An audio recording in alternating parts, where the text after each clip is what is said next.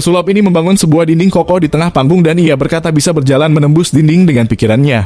Berikutnya asistennya menutupi pandangan penonton dan sesaat kemudian pria tersebut benar-benar berjalan menembus dinding. Penonton pun terpesona.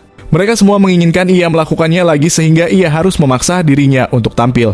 Ketika layar ditutup, pria itu membuat sebuah isyarat cepat. Asistennya segera menarik tali mekanisme. Lubang kecil muncul di lantai dan disitulah letak rahasia tembus dinding. Demikianlah Houdini sang pesulap hebat merangkak keluar dengan gaya misterius. Sekali lagi ia kembali terlihat oleh penonton. Kali ini tepuk tangan lebih meriah daripada sebelumnya. Keesokan harinya, Raja mengundangnya tampil di istana. Houdini naik dan berkata ia dapat mengabulkan keinginan mereka. Ia meminta orang-orang menulis keinginan mereka pada sebuah kertas kecil.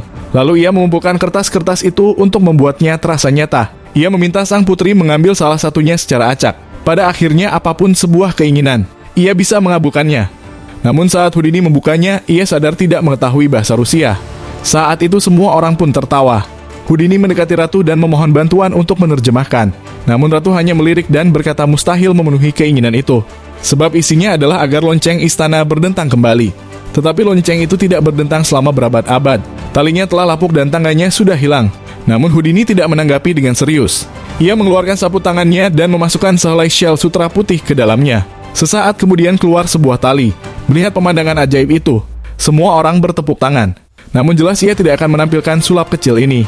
Ia meminta sang putri untuk maju dan membantunya menarik tali. Detik berikutnya lonceng istana bisa berdentang kembali mengejutkan seluruh bangsawan yang hadir.